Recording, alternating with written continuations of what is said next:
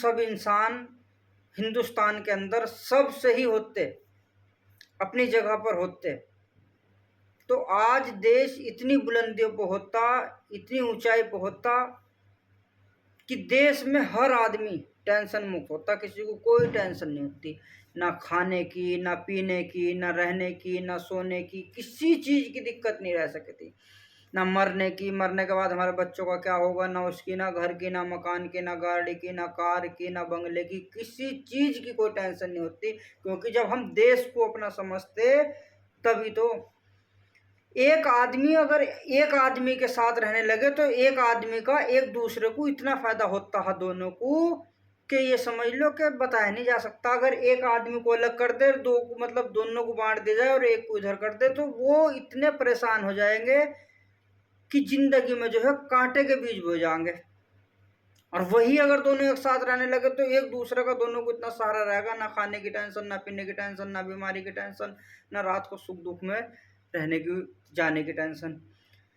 अब अगर जब दो का इतना फायदा है, अगर हम सारे देश के एक रहते, सब मिलजुल के रहते, तो इतनी तरक्की होती, इतना सुकून रहता कि किसी को कोई टेंशन नहीं थी।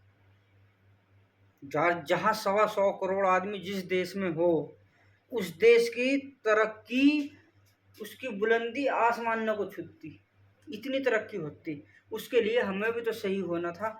सोचो कहाँ देश होता, कहाँ हम चल रहा है। हर जहाँ हमारा मन करता वहाँ हम सोते, जहाँ हमारा मन करता वहाँ हम उठते हैं, जिस घर में हमारा खाने का मन करता उस घर में हम खाते, जिस घर में हमारा उठने का मन करता उस घर में हम उठते, जिस घर में हमारा बैठने का मन करता उस घर में हम बैठते। कोई भेदभाव ना होता, कोई डर ना होता, किसी प्रकार का कोई चीज़ ये पता ना होता कि क्या चीज़ डर भय होता है, क्या सुकून होता है, ये महसूस करते। लेकिन हमारी तो नीयत खराब है, हम तो भेदभाव करते, दूसरे के घर में उठ बैठने लायक हमारी नीयत नहीं है। 8-8 बीवी बच्चों को रख रहा है, हम लोगों की 8-8 10-10 होने के बाद 11वीं पे नजर रख रहा है। अरे डूब मरना चाहिए हमें।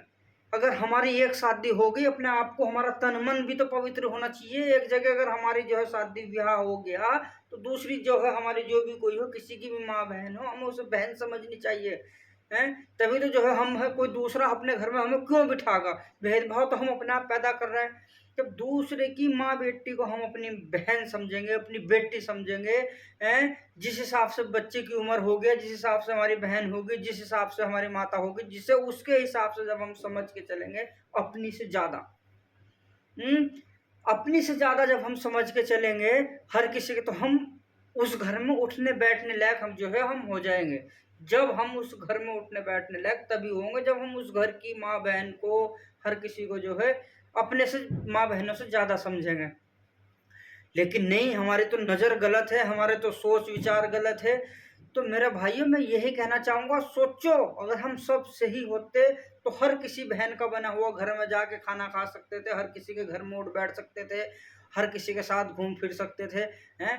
लेकिन नहीं, हमारी नीति गलत है। हमें तो जात बिरादरी देखनी है, हमें तो धर्म देखना है, हमें तो ये करना, देश को नहीं देखना। देश के कितने आदमी धर्म जात विवाद में मर रहा है, उनकी जिंदगी नहीं देखनी। जितने कितने देश में उनके बच्चे मर रहे हैं जात विवाद के लड़ाई के चक्कर में, उन चीजों को नहीं देखना। कितने धर्म के मारा मर रहा है, उन चीजों को नहीं देखना। हमें तो बस नहीं जी धर्म देखना।